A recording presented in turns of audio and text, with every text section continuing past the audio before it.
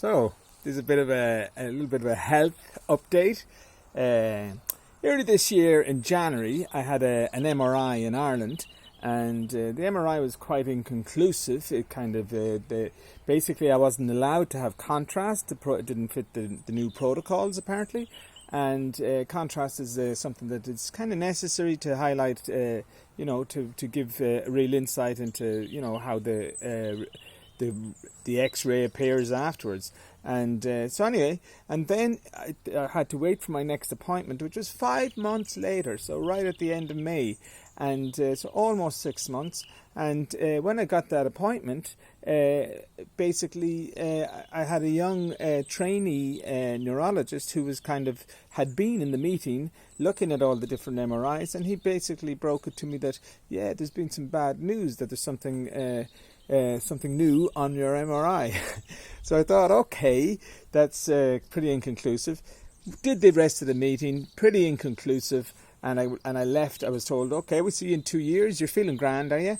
Indeed I am. And so we said, okay, I'm going to go to, I came out and I got on to Moscow.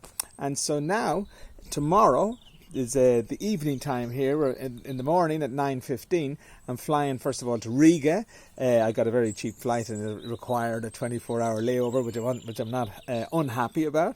And so we're going to Riga at 9:15 in the morning, and then on to Moscow the next day for an MRI. I will do the MRI on Monday.